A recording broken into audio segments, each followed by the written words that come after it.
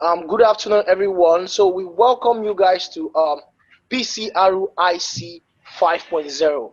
This time it's a virtual conference, and we our major objective for the virtual event, players, photographers, videographers within this creative ecosystem in the region to foster a community of onward practical learning in different areas of interest when it comes to events, photography, documentary, fashion, portraits, street photography in Nigeria and in Africa.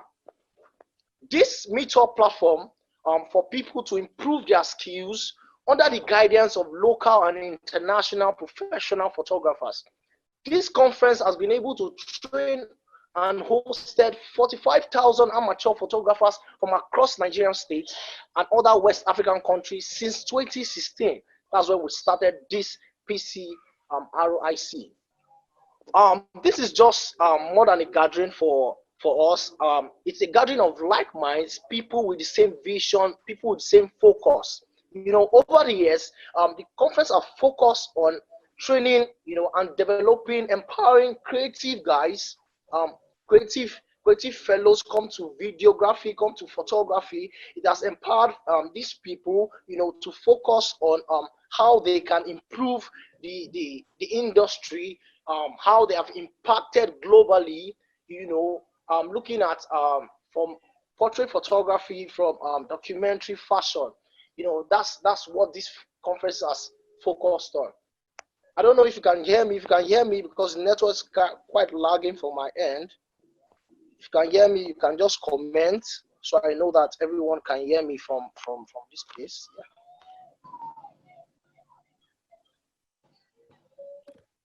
All right, great. So this year edition is understanding the times that we are as creative, and our major objective is to connect, engage, and also learn about way forward in the new normal.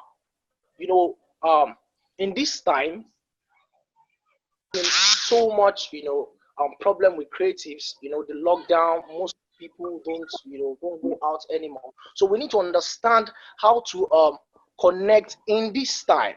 We also need to understand the legal angle of photography, because most people really don't understand how to work photography and law. So we need to understand this, and we also look at how important our jars are. I recently saw something online about insuring our jars. We need to understand. We are looking to learn more about that, and we're also going to learn amazing stuff from our guests. And today we are looking to have our own master. Very quickly, before I run through his profile,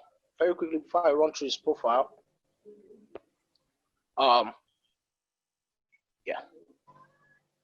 So very quickly before I run through his profile, so I'd like to welcome you guys again,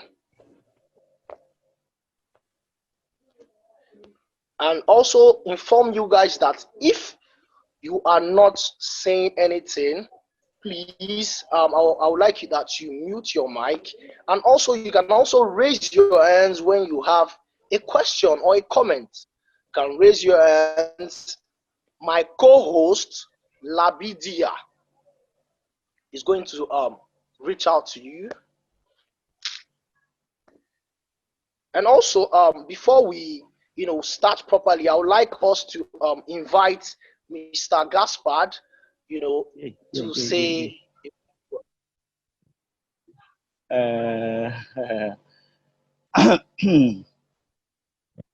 all right, good afternoon, everyone. My name is Gaspard Lihouenou Koutchika. By His grace, I am the founder and the visionaire of photography chat room, and I want to welcome everyone on board, and our collaborator, Adolphus and Nkem Godwin from Creative Photography Masterclass, and all the masters from the Masterclass team, our faculty. So I welcome you all on board. And I believe time will come that Adolphus will talk more about the Creative Masterclass. So let me not start and not end it the way it should be. So I will leave that for Mr. Adolphus. When the time arrives that he will be able to talk about it. And also I welcome our speaker of the day. Is my mentor, so let me not say I call him my master. Mr. Andrew Esibo is my mentor, and also I respect him very much, because yes, he's the master and he has done well and he's still doing more. Also, I welcome everyone from Lagos, from Nigeria as a whole and outside Nigeria to 5.0 edition of Photography Chat Room International. Yeah. And right. Okay, let me stop here and allow our moderator to continue. So let me not take all the time, because a lot is here to say. Okay, right. once more, welcome. Thank you so much. Thank you so much. We really do appreciate it. Giving us this platform. Thank you so much. I would like to remind you guys again that I have a co-host, and he's Labi. Labi, I want you to say something to everyone. Good afternoon, everybody. My name is Labi Dia, and we'll be co-moderating this conference. I know we have a lot of expectations, and I want to trust that you guys are going to be fulfilled after this conference. We want to say a big thank you to the masters that have dedicated their time to this conference. So, and I'm sure they're going to give us everything that we need to learn during this conference. So let's just keep tight. Let's put our mics on mute and let's follow attentively. Thank you very much. Back to you, image creator. Thank you so much, Labi. Thank you so much for that contribution.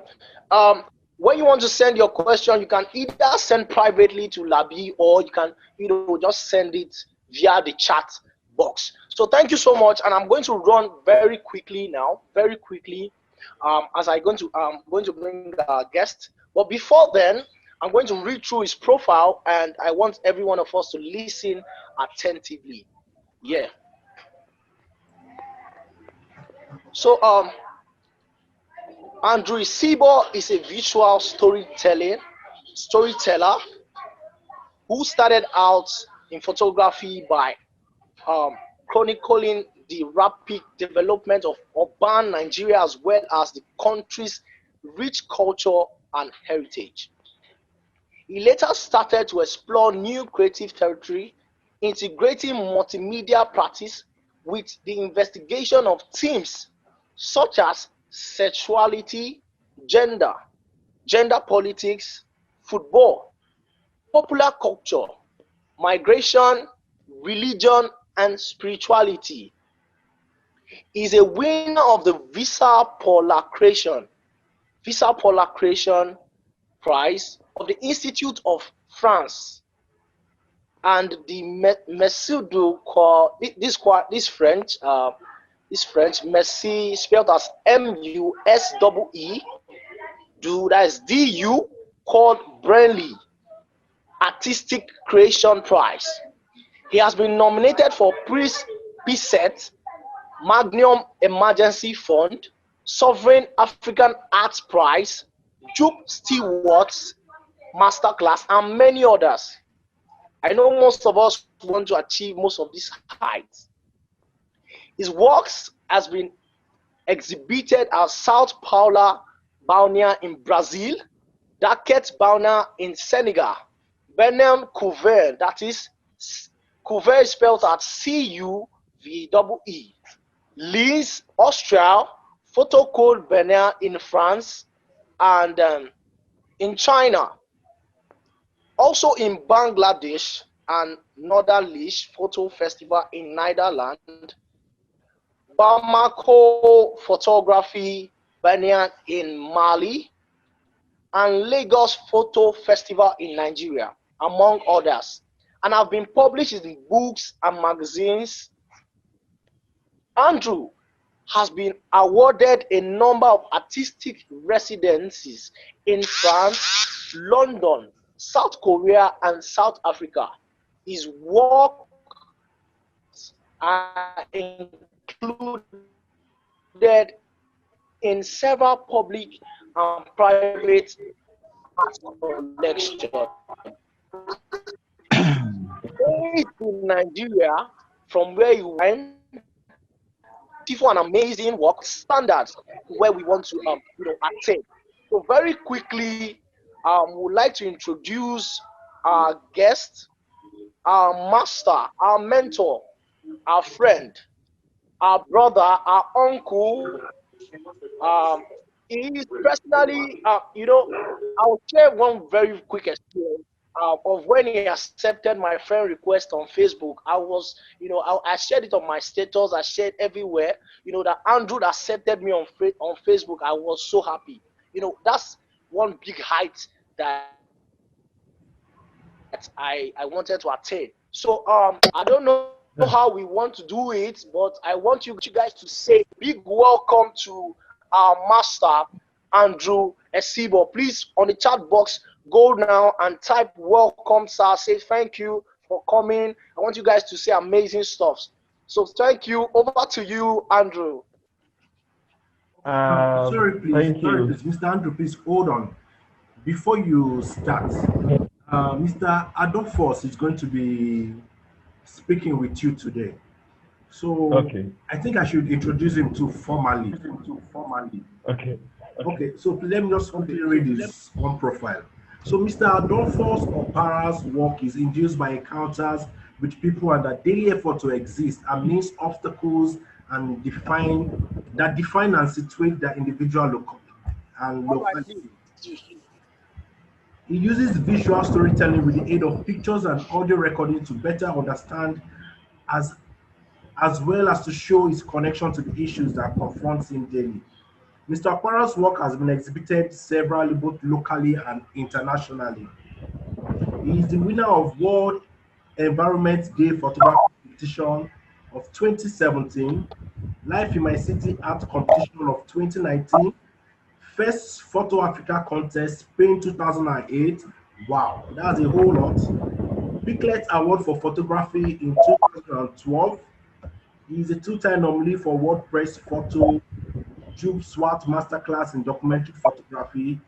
That's a whole lot. So I'm just trying to cut this short because of time. Our masters are too much. So I'm sure you guys are going to get the best. So we'll be dropping a link after the class to their profiles, to the website of the masters, so that you can read more of their profiles. Thank you very much, Mr. Andrew. Over to you.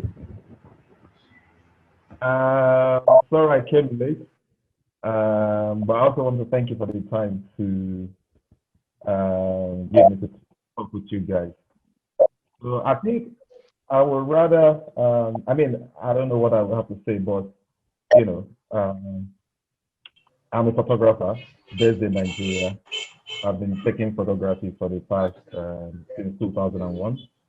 I'm more interested in human condition and spaces that exist, and that has involved me in doing several projects around, how people use spaces, how people strive to go on with their daily living, around projects on football, projects on religion, projects on sexuality, projects on urban spaces, projects around culture, things like that.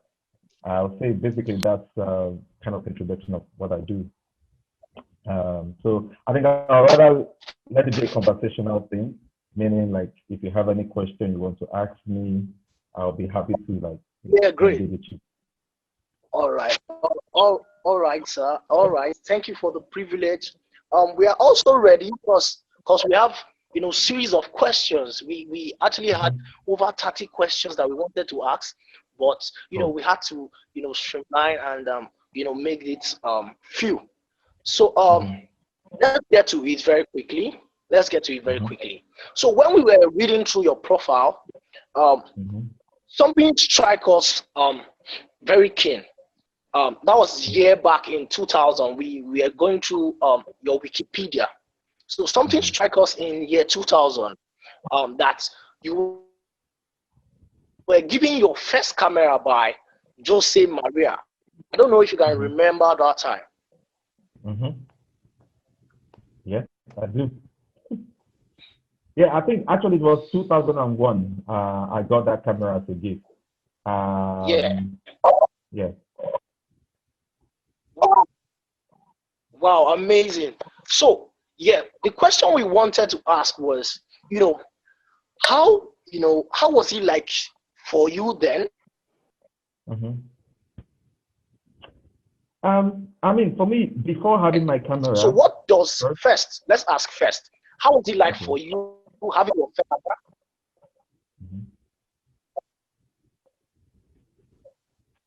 My network is acting up. Hello? Hello? Hello? Hello? I'm frozen. Can you hear me? Yeah, I can hear you. We can hear you. Okay, I think I missed your question. What were you asking? So first off, we stated that.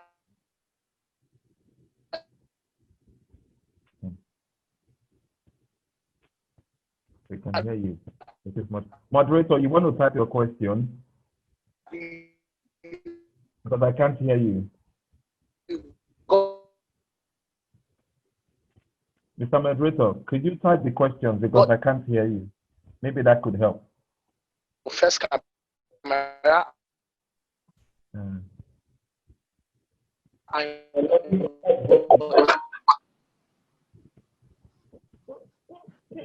Keep.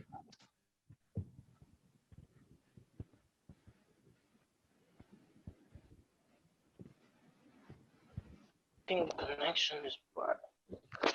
All right. What you could do, could you just type your question if it's possible? Because I can't really hear you. All right. We're going to type it immediately. We're going to type it. I think I can hear you now. But then I think the network is back. It's back. I think the network is back. Okay, good. Okay. I think the network is bad. So sorry for that. No, all right. So I was asking that how was it for you, having your first camera at year 2000 and it was given to you by a friend? So what does the role of friendship, or just go with the first question. So for me, before I got that camera, I've loved art. I've done that through expressing myself in drawing, sketches, but that was so difficult. But along the line, I started working in a bookstore where I was able to get access to photographic magazines, and there I became conscious of how photography becomes like a medium of artistic expression. So I kind of fell in love with photography. Even at that time, I didn't have a camera. So I keep telling myself, whenever I have money, I will buy a camera to do those pictures or express myself in the way I saw in those magazines. And luckily, I had this friend whom we met by chance where I was working, and he was coming back to Nigeria for the second trip, and he asked me, what do I want as a gift? And immediately, I just said, I want a camera, which was like a film camera, Nikoma, quite an old camera. So, it was a great thing because, it was a thing of joy because having that tool for you to be able to document what you see in your day-to-day basis and to be able to use to express what you love doing, which is art. And I would say it was one of those happiest things that happened to me, having that camera to see. And that's how my journey, began into the world of using photography for expression or documenting. Wow, amazing. So You know, looking at that, I quickly want to ask, you know, what does the role of friendship, having to have this relationship with people, what does it play in, in this industry? Having a good relationship with friends, what role does it play for you in this industry? I think no one is an island, and for you to Right. further in so many things, you need like a form of support group, maybe a form of network. And I think that also qualifies for photography. In photography, you definitely need to have friends or colleagues you could both, um, bond together, share together, grow together, support each other. And that's even for me, being my journey when I started. One thing that helped me was, having photographers of like mind who understood what we were doing, and we motivate ourselves. I remember those days, guys like Adolphus, Israel, we all had this organic kind of bond we shared with each other. And the thing is, we had something together, and that helped us to support each other, grow with each other. I would say in photography, building network, building friendship helps a lot. Even for me, even the people I photograph, I do not just photograph them and walk away. I always want to know them. And some of those things, some of those kind of trying to know them end up in, will I say, lasting relationship with those people till now. So I would say friendship, building network is important. Also, what you do with those friendships is also important. It's not just enough to just build a friendship, or how do you grow that friendship to be something productive, to be something edifying, to be something that will make you strong. It's important as well. Wow, wow, wow. Awesome, awesome. Thank you so much. Thank you so much. But we want to go, extensively into, asking you about some of the things that we do today. Is either we, maybe we inherit from somebody, somebody, we got our skill from somebody, we got talent from somebody. Now, looking back, there was one time in your career that you did black and white photography Mhm. with your uncle, I guess. So Mhm. at that time, you did black and white photography. So that made us want to ask if, it was like a family trend for you. Like, did you just learn it from your uncle? Maybe just, or is a skill that you got yourself? Maybe photography is just for people that will inherit it. So we want to ask that. I would say one thing I'm sure of, my family, I think we are creatively inclined. I see that in my siblings. I see that in even my uncle. He is a studio photographer who was very strong in black and white, and I would say introduced me to photography, primarily black and white. I was, working with him time to time in his dark room. I mean, those periods are quite magical. It's really interesting when you take a picture in the daylight, you go into this dark space, that picture becomes an image. Those experiences were quite every time for me magical. Of course, I have to develop my craft because he was, or he's still a studio photography. But I was more drawn to, things like nature, things like who, which was not very popular at that time. So somehow I had to find a way to, find my own path, develop my own craft um, independently. And thank God there was internet at that time. Through internet, I was able to search a photographer I think could be interesting for me. And I stumbled on one photographer who was called Strand. We corresponded for a while. I would take pictures, develop them in a laboratory, scan them, send them to him by internet. At that time, internet was really pricey. I remember internet was 20 naira per minute. And so for you, and to send a scanned image, you need to pay like 150 naira. So we had to do that for a while. I would take those pictures, like pictures of landscape, animals, waterfalls, send to him. He would give me feedback. Along the line, he said, you know what, let me send you books in photography. And those books, I would say they were really important for me in, really developing myself, becoming very grounded in the practice of art of photography. So through that book, I was able to study, practice a lot of stuff, which was in that book, and that became like my launch pad into the knowledge of photography. Wow, that this actually got me. That is, apart from seeing stuff, because most guys, are really not reading. They think, photography, you don't need to read books and all those things. So what you said now is going to motivate a whole lot of people to understand that, there are photography books. There are books that you can read to sharpen your knowledge. Yes, I really do appreciate that. So something that people might want to learn from is your first project, the first project that you've ever done. When I was going through your profile, I saw a lot of projects and I didn't want to ask because there were too many. But I know the most striking one are going to be two projects. Your first ever project and the one that is, the one that you find most interesting. Those are the two projects we are going to ask about. We are going to talk about them and we are going to learn from them before our next guest comes in. So your first ever project. I think my first ever project, how will I say? I mean, it's hard to say, but I would say my first ever project, because when I started photography, I was not very intentional when I started. So I was only just taking pictures I find interesting, I was drawn to, capturing them and trying to find meaning after. But I would say the first project, which was kind of intentional for me, was the one called Soccer World, the love of it, which is on my website. That project started from a workshop about football in 2006, which I was part of, where young photographers were called together to come, document Lagos City through football.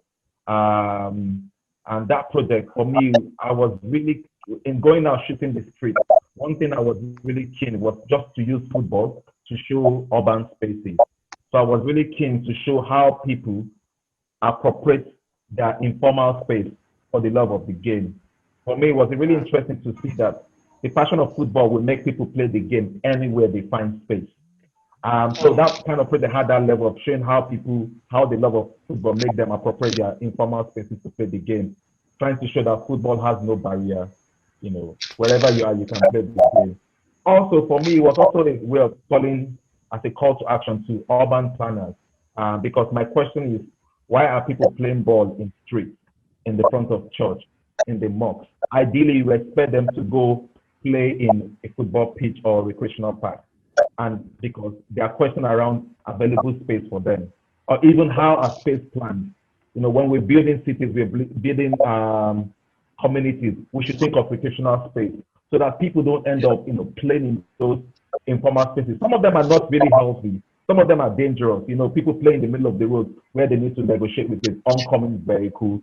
That is dangerous for them. Or people playing under the concrete, under the bridge of Scott Milan Bridge. It looks picturestic, but it also has a lot of questions about urban planning. There are pictures where I look at it, use it to explore the issue of environmental degradation. You see places where people just dump plastic bags and people playing ball. So through that game, through football, I was trying to look at the question of urban space planning, the passion of football. Also, it's a way of how people appropriate their space, as a way of showing how Lagos can even negotiate their life. In Lagos, despite the crampedness, despite the congestion, despite the challenges, people find a way to negotiate their daily life. So I would say that project is one of those ones. I would say that I was very intentional, and I've continued till date. And it made me also very conscious about my environment, because anytime I'm going and I see people playing ball, I start paying attention not only to the game they're playing, but also the configuration of the space around where they play, and asking questions, looking at why, things like that. So I would say that was one of my projects. I would say one of those persons that were intentional.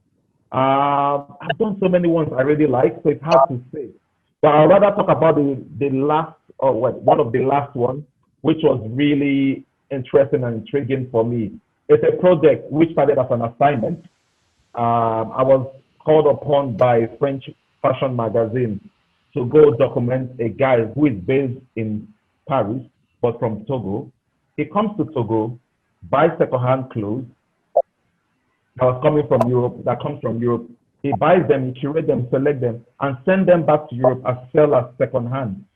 For me, that was really intriguing to see how this guy is subverting, the disadvantage, because most times people bring used things to us. But this guy is now like converting those used things back to the sender. For me, that was an interesting one. In fact, after spending time with him in Togo, I got so interested and motivated to continue the story that I traveled back to Paris to see how it's exploiting those materials. What I find interesting is in that project is looking at the question of, recycling in today where there's a lot of waste in our society, which has led to what we say climate problems, environmental problems. These guys, in his own economic way, encouraging that second life recycling. And also, for me, it's also another way I see as a metaphor for we Africans, we can take our disadvantage to advantage in the sense that, those clothes are sent down to Africa. But these guys now not letting it be here, becoming like a waste or an environmental disadvantage, or taking it back to them and making money. And so for us, even other things we do, we could find ways we can, subvert it, how we can use the global presence of technology locally and sell it globally. The same thing in our creative world, how we as photographers, we might work locally, for our audience is globally as well. What will I say? Think local, there's this what they say, think locally, act globally, something like that, or the reverse side. So I'll say those two projects, the ones, the football and the second-hand clothes, which comes from Paris, which comes from Togo back to Paris. Okay. Wow. Thank you. Wow. Thank you very much, Mr. Andrew. Thank you very much. I appreciate it. Now, to the main question of the day for you. The COVID-19 came and swept everybody off their feet. Even the people that we thought had the power, they became powerless. So please, Mr. Andrew, how did you survive this lockdown? Very important. And what trend? Okay, that's one. So you answered the two together. Then number two, what is the way forward? What is the new normal in this post-COVID? We want to learn from your experience or from your wealth of knowledge. How do you plan to tackle this post-COVID? Thank you, sir. I mean, this is a big question for me. And also, I wonder if my answer would be a valid one for everybody. But personally, what I've learned from this whole situation of COVID-19 is to always prepare for the unknown.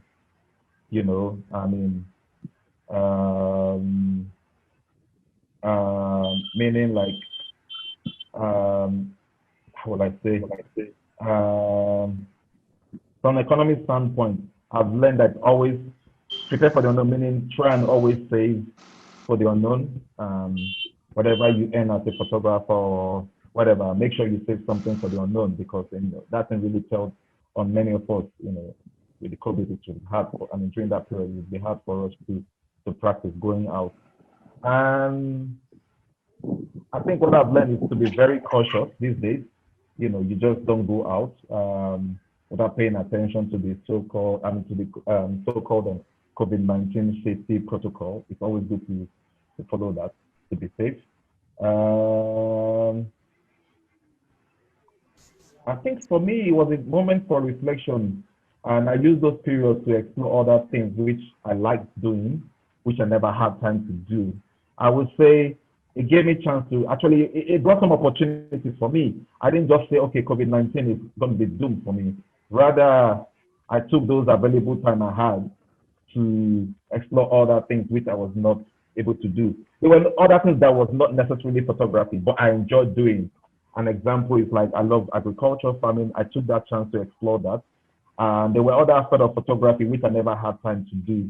And times of like, I had to start going through books, trying to understand. I think I remember that during that time I had time to start thinking of drone photography, which I've had drone for a long time, but I never had the chance to, do it. So that quiet moment gave me the chance to do that. So I would say for me, rather than just only saying it's doom or bad situation, I try to use those times to enhance myself as a human being.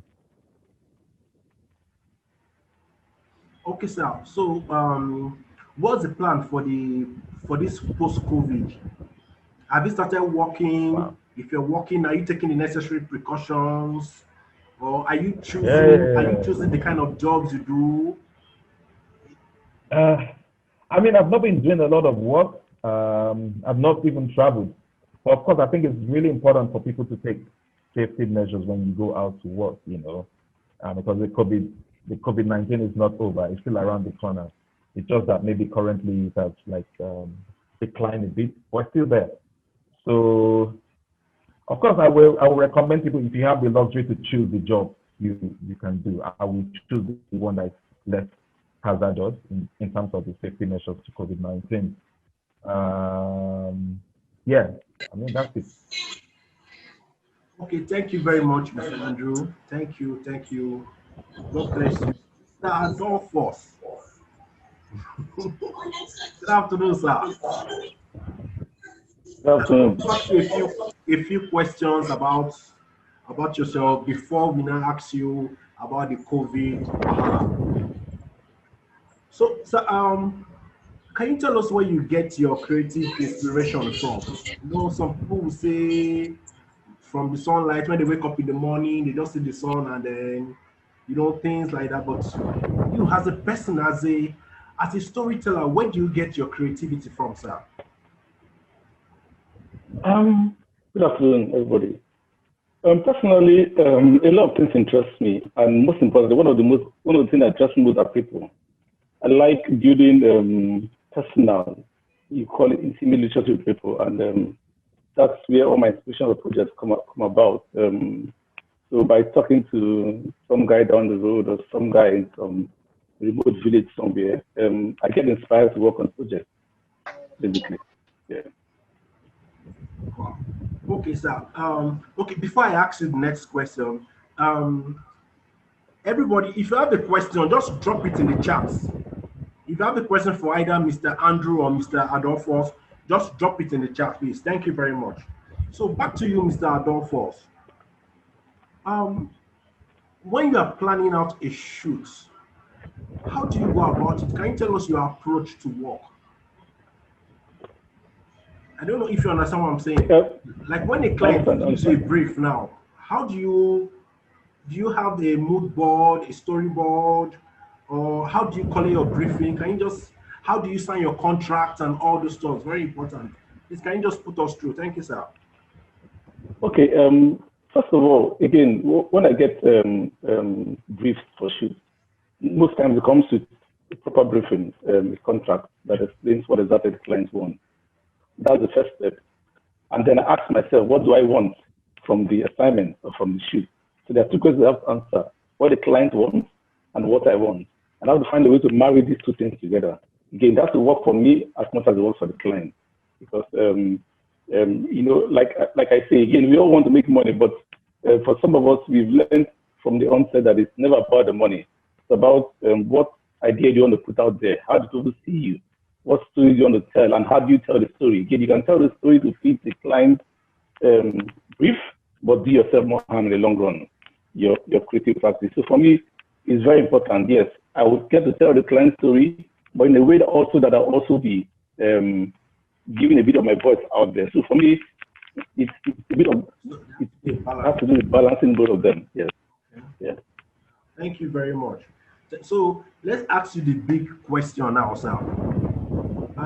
During this lockdown, a lot of photographers were selling off their cameras. I don't understand. I don't know why. I sold some of my cameras too personally, but that's for personal reasons, not because of the COVID. So, but how did you manage during this lockdown when there are no jobs? How did you manage? And what's the plan for the post COVID? I think this whole COVID thing, like it just came upon us. Nobody planned for this, and but one thing I've always known, because also some of us do some kind of photography that are not necessarily what you get paid for every day. You don't get shoots every week. Some of us don't do a lot of events and weddings, so we get will I say our clients choose us or we choose our clients? Somehow it works like that, you know. So I would say I wouldn't say we were prepared for COVID per se, but the way we worked all our life, all our career rather, hasn't been like every other week. So we learn to save basically. We make some money. We don't make a lot of money, but when we make some money with family and everything, you still find a way to save something so you don't start calling Mr. X and Mr. X for help. You know? So again, it was not easy on anybody, but with that plan, long-term funding plan, somehow, you know, we got by, even though, again, all of us could do one or two shoots. It's stuck in Lagos here, we could get one or two assignments. But again, you know, we're able to manage probably hard things, you know, and somehow life happens. But also what COVID taught me personally was that, like Andrew said, very importantly, there are a lot of things that I wouldn't say I've not had the time to do now, but I wanted to do, but somehow I just thought it wasn't important, it wasn't necessary. But COVID afforded me the opportunity to go back. Like, for example, looking at another market. Again, the market has been there for a while, but you know how you just, you know, let's do the shoot and leave you with this person.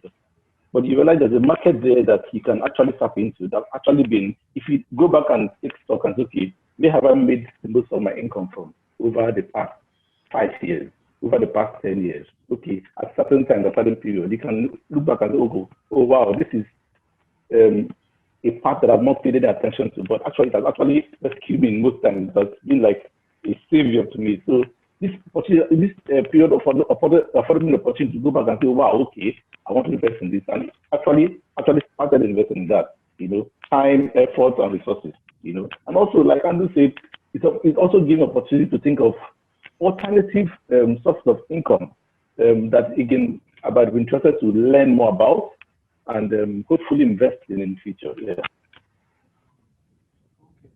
Thank you very much. Let me ask, I'm going to direct this question to two of you, Mr. Adolphus and Mr. Andrew. So anyone of you can pick up and answer. Please, there is a problem I find with most beginner photographers. That is following their passion and paying the bills. Please, how do we balance this? Because I know you guys have been doing photography for long. Do you do only photography, or do you have some side hustles that we don't know about? So how do you balance following your passion and then paying your bills, please? You want to go first or I go? Go ahead. I think for me, I will start with, again, I always like using my personal experience because I always think we're all individual, but probably my personal experience works for the people. I would say it's about understanding your own situation. If you are in a situation, if you're in an environment where you think you can cope in having photographic assignments and following your passion, it's fine. But in the case where you think it's difficult, I would encourage people to find an alternative source of income. But the only thing what it means is to be extra disciplined with your time, meaning use that alternative way to earn your living, but then be extra disciplined with your time so that you can be able to progress your photographic career. In my own case, I started taking pictures in 2001. I never made a penny till 2006. Wow. But I was constantly pushing my photography because at that time I was very aware the kind of photography I'm going to do, there will be no market, or I didn't know there was market. But that's what I wanted to do. I was not interested in weddings or events. I was interested in things I find around my environment. So for me, I knew for a fact there's no way I can depend on my photographic assignment to further my career. So I had to take a job. So I was doing my 9-to-5 job in the week. Then in the weekend, I would find time to, do my own project.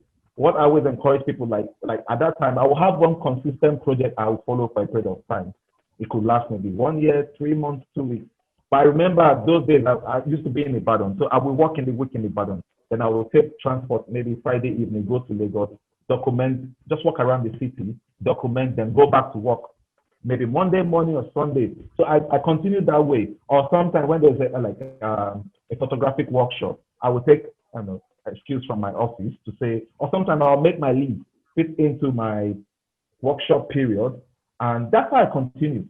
And I was able to develop my craft. Even when I did my first major paid assignment, I was still having my job. I didn't quit my job because I've gotten my first assignment, because I was not very sure if what I was doing was sustainable. But I loved it. I was passionate about it. So I think for me, it's about knowing. For me, I was very clear that it was going to be hard for me to start waiting for paid job. So not to get frustrated with my passion, I have to get the job just then. So that's how I'll say it. The question is, you just have to find what works best for you. And that can, I always say, try and enjoy don't make photography be something you're frustrated about. I think find a way to make you enjoy it in terms of making a living. So again, that's my opinion. Maybe some people might say it doesn't work for them. And I think that's what I enjoy, because I did not depend on photography to progress my career. I went on that journey in a very enjoyable way. I didn't have to be asking questions every time or asking colleagues, how do you make a living? Because I did not need to think about that. I was more focused on how to work. In fact, the only concern I had that time was I want to produce work, not that how can I make money from photography? Because one thing I've realized, the money will always come. The only thing is you have to develop yourself to the point whereby it will come. In fact, my first gig, like I said, I've been taking pictures from 2001, but I've been working, But the first major gig, I was not meant to be the photographer. I was doing something else on that project, but they asked me if I know photographers. I didn't even tell myself, I just showed them when I do take pictures, check my work. When they saw my previous work, they went, well, want you to be a photographer. I remember they bought my first digital camera because I couldn't even afford the camera, And that project took me around Nigeria. We produced a book from that. And so I think, for me, making a balance, if you cannot make a living off it, or if you can make, then you're very lucky. Thank you very much. Mr. Odofo, do you have anything to say? For me, it's similar, but a bit different. Okay, I started photography initially in 2005. Now, I did it for a few months. I got frustrated. I threw away the camera somewhere. I just fear of mine away. So I got frustrated. Then in 2006, I picked up again. I was okay. At that point, I was working in the gallery, and for me, photography was. I've always seen photography as art because I was a curator, I was assistant curator then. So used to plan exhibitions with artists about their work. Even then, back then, I curated exhibitions and all of that. That's why I met Andrew Sable. And so when I actually went back to 2006 and picked up the camera, I knew it was all I was going to do because, it was genuine passion from, and it was not really about me. I was working in the gallery, and even when I left gallery in 2007, I was involved with artists. I was selling some artwork, buy, curate, buy, sell. I was doing a bit of that. So I was making money. I think the first money I made was in 2008, like 3 years into my career. So photography for me was, and last time I was doing a road trip to Senegal and back. I was traveling all over Nigeria already. I was just freaky. I was just excited about photography. So for me, it was just do something, shoot, create the work. And eventually, like I always say, which I don't know if it works like these days anymore, but I think it does. The market found me somehow. I didn't look for the market. The market found me. Again, maybe I was positioned somehow in a creative environment, but the market found me. And since then, it's not really about, with family responsibilities and all of that, it gets difficult sometimes, but because the onset was not photography for money, it was about following the passion. Money isn't really what I would say, okay, I would rather do something else than undersell my images for money. I've had several times where I have to make a decision. I'd rather not sell at all than undersell because I want to make money. Yes. Wow. Thank you very much. If there's one thing I got from today's stuff, it's about following your passion. Don't chase money, right, sir? Don't chase money. The money will come. Perfect your skills, right? So that takes me to one more question. Directly to two of you again, please. Your works, when I was going through your works, I see a lot of composition rules, as in a whole lot? It's like you guys don't take, is it that you really take out time to think, okay, what rule am I going to use here? Or is it that you guys put up your best pictures? Or how did you guys master these composition rules? Because there is not one of your pictures that's not telling stories. I've gone through you guys' work. You guys make use a lot of patterns, a lot of lines, as in a whole. Your composition is just extreme. So how did you guys learn to master this thing? Is it that it happened over the time, or is it that you just sat down and said, let me cram this rule and then start following us? Please, how did you come to become a master like this? Okay, if I may go first. So for me, yeah, I learned photography in an interesting way by just doing it. I learned photography by just taking pictures. First of all, in private photography school, NIG and all of that. I learned by doing it over and over and over and over again, and more importantly, getting to be in a relationship with people, knowing people. So I would definitely be able to tell your story better if I know you better. And for me, that is the foundation. As opposed to knowing these skills which I've gathered by experimenting by myself every day. I remember when I started photography, there was possibly no 24 hours that I didn't take a picture for the first 4 years. Yes, there was definitely no 24 hours, both day or night. So when you do something too frequently like that, then I don't know how dumb you have to be not to get this right, But aside from that, I get to understand people. I'm genuinely interested in, not just for the sake of photography now. Again, like he said, Andrew said initially, you have to know yourself. It begins with knowing yourself. My strength is building relationship. In a gathering, I might not say anything, but with one person, with one man, we can get to know ourselves so much. And for me, that's my own strength. If I know that, then I can tell your story very well. And again, naturally, I think it's to pass on the message I wanted to pass on. Yeah. Okay, thank you very much. Mr. Andrew, can you just give us a tip of your own? I think for me, I would say over the period of time, one thing I've find consistent is to have that, or I find myself, photography has made me always be a good observer. Meaning when I find myself in a space, I try to observe the details around me. I try not just existing, walking around, but I'm always, using my eyes to scan for things, to scan for details.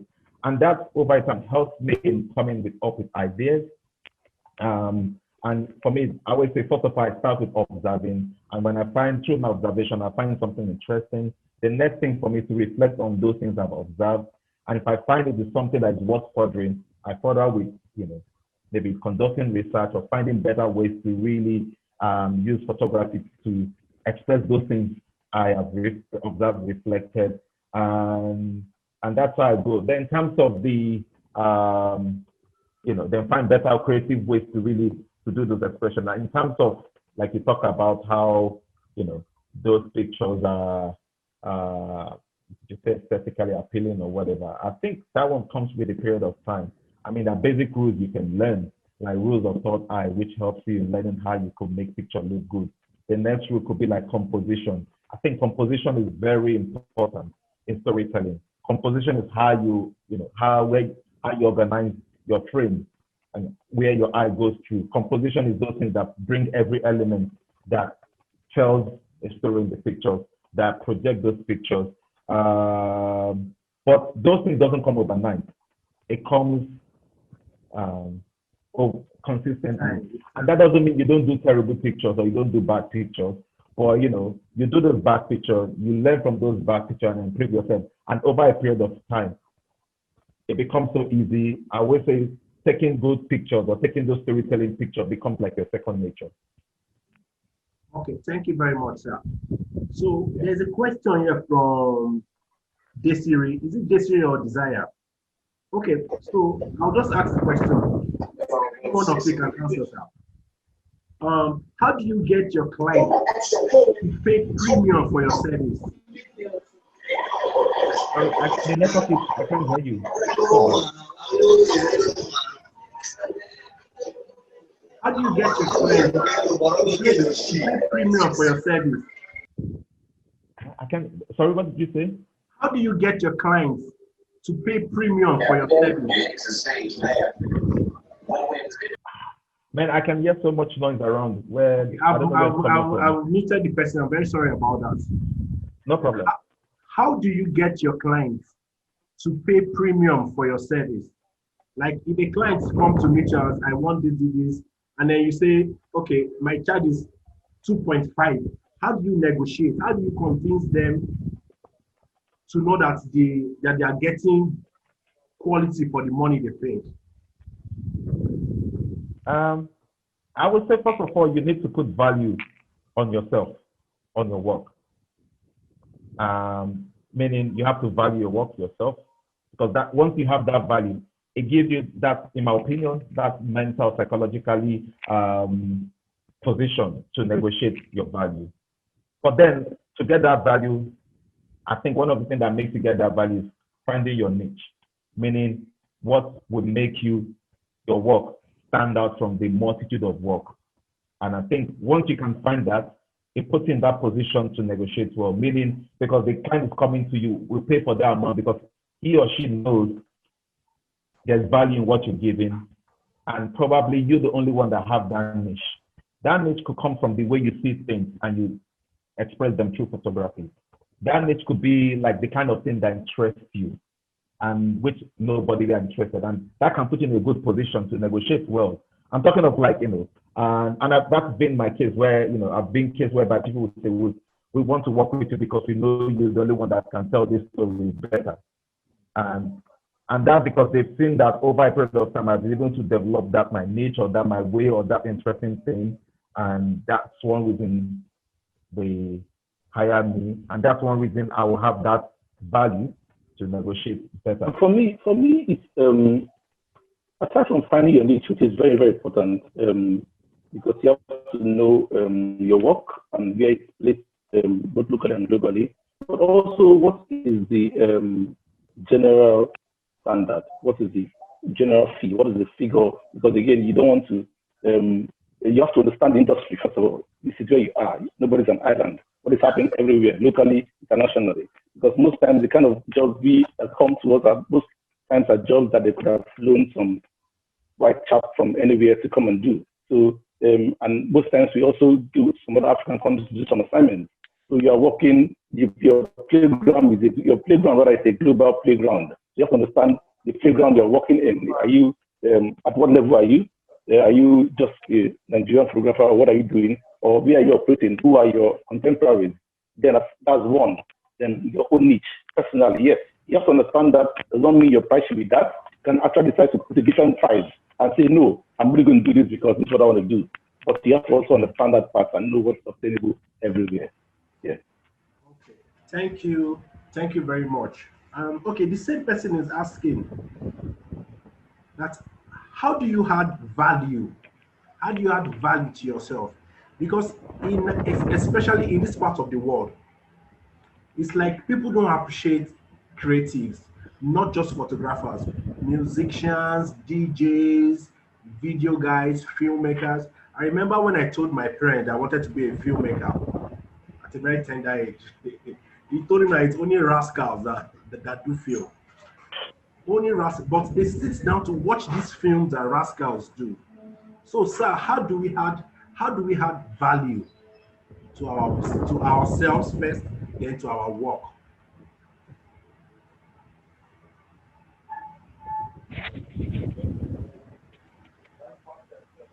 Hello, sir, Mr. Andrew, please, you can answer that. I'd rather let him go. Okay, he didn't hear the question. Okay, let me ask the question. How do we add value? Sorry. Yes, to yourself first, and then to your work, so that it can give you that negotiation power. Okay. Personally, I just research. I read. And I don't think it's unique with me also. For people that are really passionate about what they do, especially in the creative industry, just find a way to improve yourself. Like I was telling a young dude recently that everything I have ever learned in life, everything I've studied, I worked in the gallery, I was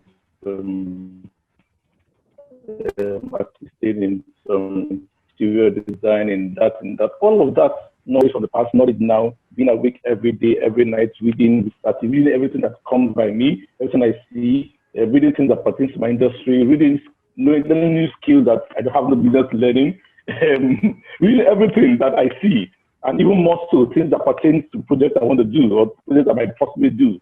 All of that has value to me. All of that makes and definitely becomes obvious in every single image I put out there.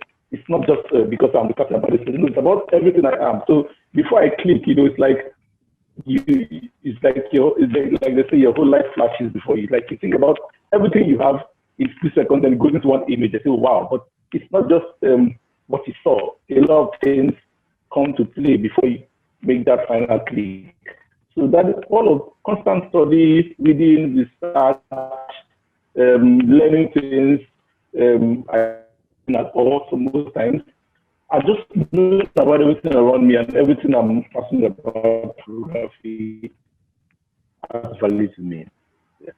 Wow, thank you very much. Thank you. But I have one more question, sir.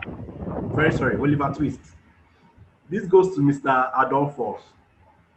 Please, can you tell us how important mentorship is in photography? Because a lot of new photographers just go on YouTube, go on Google, search things out, watch Google videos, watch YouTube videos, and then the next thing you are seeing on their profile, professional photographer and whatever they are. Please, can you explain to us the value of having a mentor that will take you by the hand in photography? And that's very interesting because I think mentorship generally in life, and mostly photography we're talking about, is very, very underrated. You can bring in a professional or a master, whatever you want to call it, into a room and he teaches you 1 or 2 tricks, and he goes away and you've learned that. Yeah, that's fine. But that's possibly 10% of what you can benefit by not just even talking to him, but just following up on him. Because I personally, I would say, aside from before I went to NIJ, which was not a very long course, I'm more or less self-taught. But one person that played a very important role for me, one thing that played a very important role for me rather is mentorship. I had a friend, George Shodi, we all know him.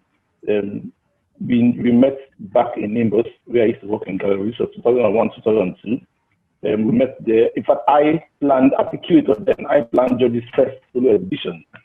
So, not a photographer yet, but an art working as a gallery curator. I planned, designed everything, his first exhibition. But when I began photographing in 2015, 2016, in fact, my first camera I bought was from George. My first digital camera was from George.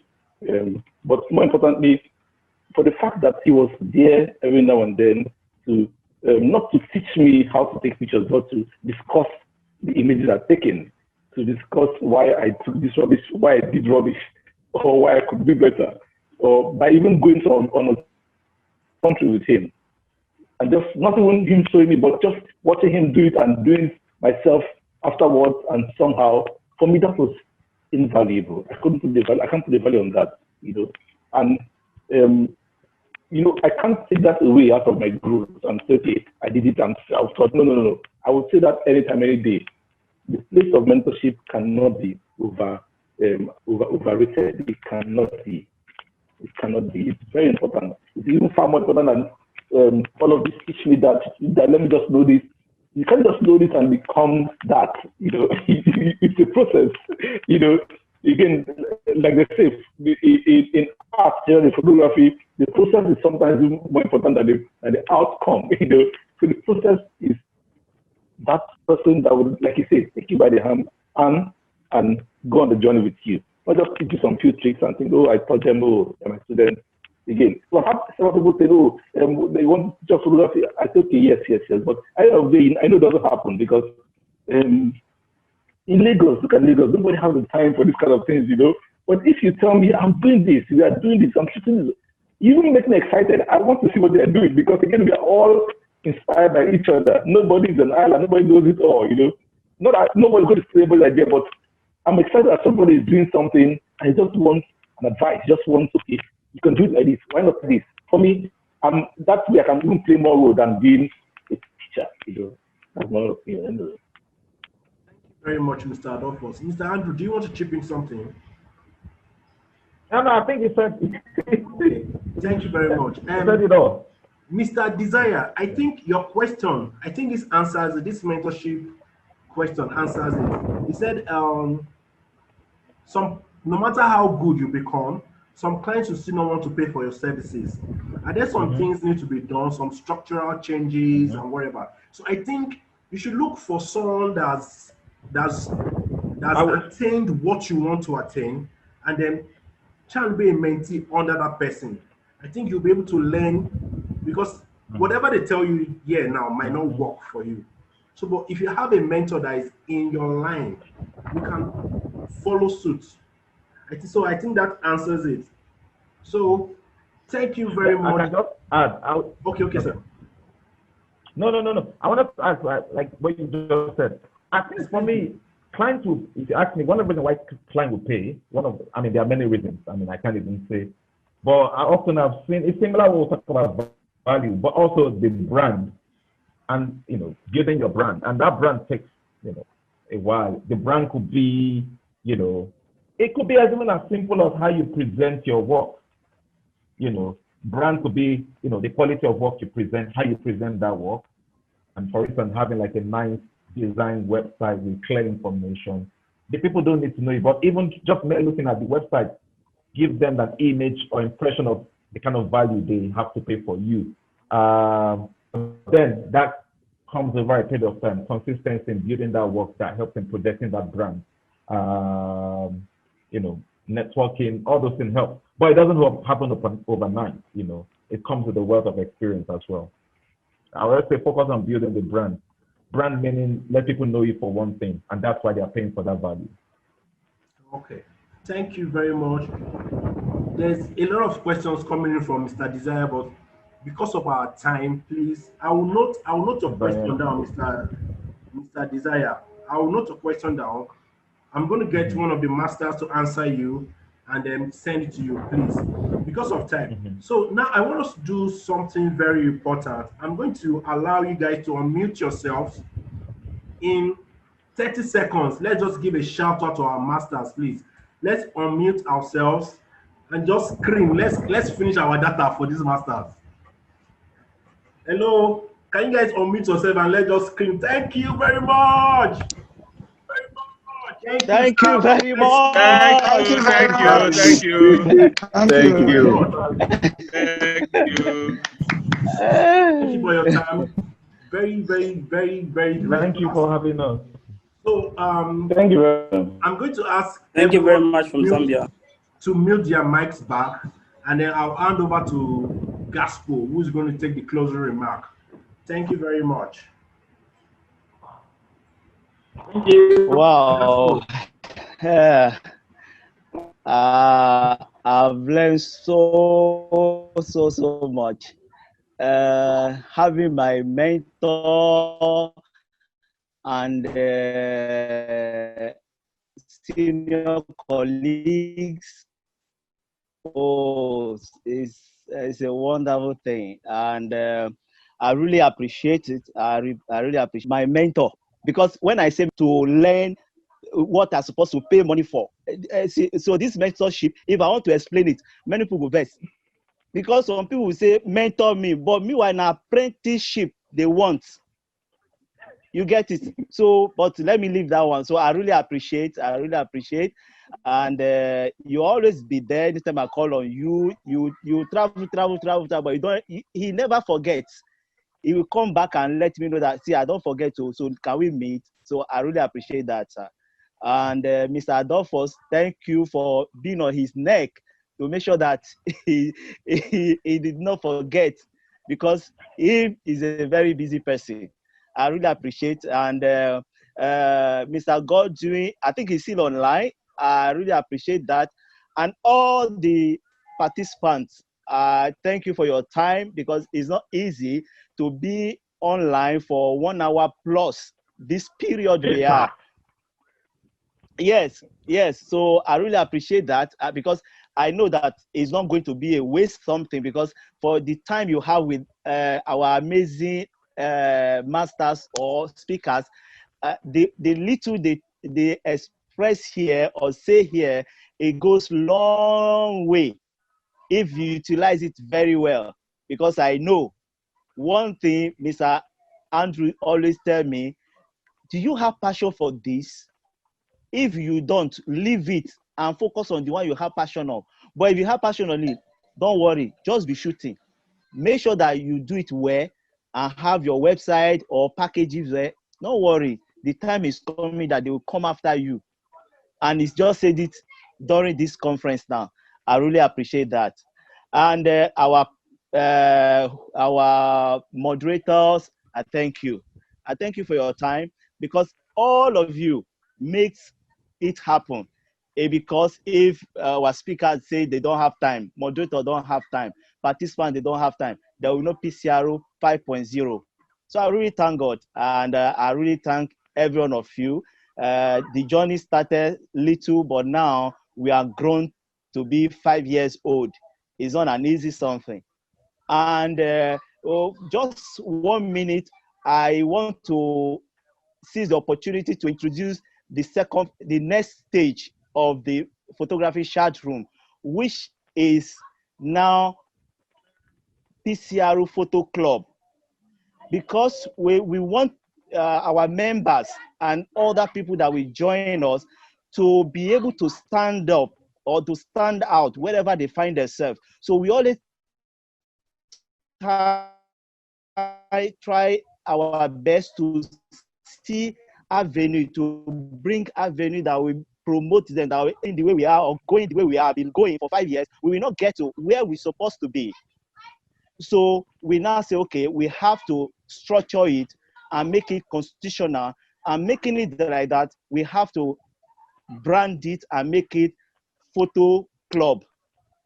Yes, we always set the space or set the mark, how do they put it, and others follow. 5 years ago, we started this core chat room, or maybe photography, that will bring every level of photographer, not that Mr. Andrew trains some people and put them in the group, or Mr. Adolphus trains some people and put them in the group. No, this group comprises of everybody. There are some people that they just started last month. They are inside the group. So, and there are some people that Mr. Adolphus is there. This person that 20-something years experience, when we never reach 10. You get? So we have people like that, you see? So that's why photography chat room is a unique group. So we want to maintain that level. That's why we are introducing the photo club of it, so that there will be a premium, and the package for premium will be attached to it. That when you belong, you will know that you are not just coming to joke, because it's going to be something that will bring masters, all of them. They'll be coming to train members, whether all the members of we have up to 50-something thousand members, whether all of them, or just 5% of it, or just 1% of it. But we will know that, yes, this percentage, they are good to go. They can go and represent us in the school, in the company, that they will say they need photographers. So that's why we say during this year's conference, we never know that there will be COVID-19 that will be online. So we will do the revealing of the club. But since it happened that we have to be online, we still have to go ahead and unveiling it. So here I have the constitution, but because of the time, I cannot go through it. I cannot go through it. But the thing is, from today now, from this moment, the club is now officially open to everybody, all the public. And I thank God that I have a mentor here and other senior colleagues and some other members and non-members in attendance. So I really appreciate. And thank you, everyone. And God bless you, everybody. And thank you, sir. Thank you, sir. So if there is no other question, I want to say thank you, everybody, and we should call it a day. But if Mr. Godwin is online, maybe he can say one or two things. I don't know if he's online. Hello, sir. What's online? Okay, sir. Please, sir. Sorry, you are one of the team or the leader of Creative Photography Masterclass, and also our co-collaborator. Please, Adolphus have say a lot, but can you just maybe in a minute, can you just tip something about Creative Photography Masterclass? Yes, my people agree to. Good evening, everybody. Yeah, good to be here. My somebody like Andrew. What is it? Andrew is distracting me. Andrew, you are distracting me. Okay. Yeah, I've listened to my very good brother Andrew said, but who is a photographer? But now he's also into estate business. He's a big investor in properties and estates. So I was expecting him to say something about that, and he did not mention that. So yes. Also, my very good brother Adolphus, who also did not tell us that he's now into agricultural businesses, and yeah, it's good that photographers are.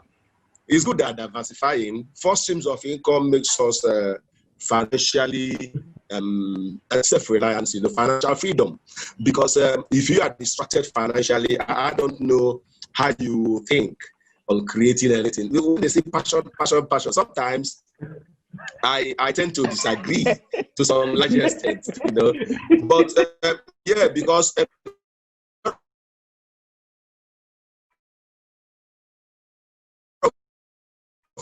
photographers have come to my office trying to sell their cameras, and a lot of people's eyes. Let's also remember there are some photographers who are 70 years who are very hungry. So let's try to invest in outside photography. That will make us to at least old age. When you have knee pain, you'll be able to drink Panadol without waiting for your children. But some of them will disappoint you. Thank you. African wise man. Okay, so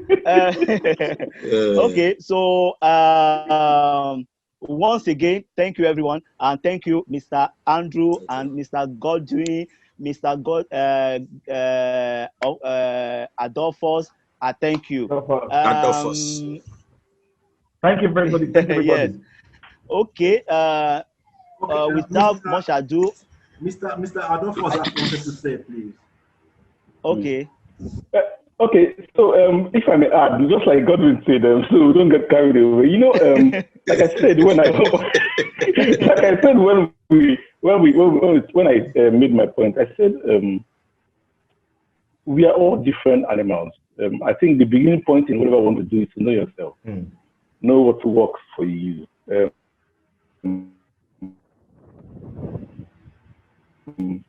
And again, it's acting yourself, know what works for you, for the personality. Some of us are very good on social media, some of us it's a big deal. Or not because we cannot type a paragraph, but some people cannot find that time designated to put something because they feel they can't put anything out there because it's too serious and the whole world will see it and they will get judged by it. While some people can articulate all of that very fast and do it on the go. So you have to start by knowing yourself now. Within photography, outside photography now. Like I was telling the young chap recently, if you're going to do photography, what else would you do? What are you passionate about?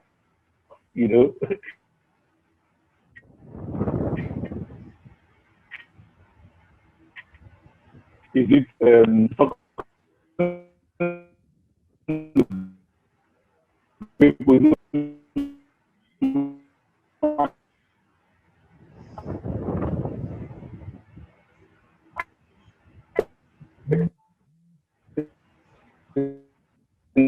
some people don't know that photography.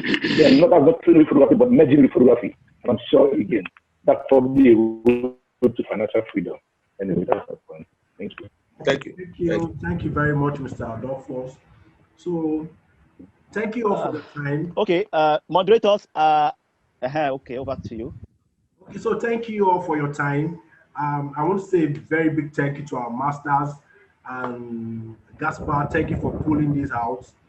And to all the participants, please, let's remember we are meeting next week, Tuesday, same time, same venue. Let's share on our statuses, on our social media handles.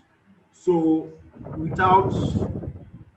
the absence of any other business, let's bring this to a close.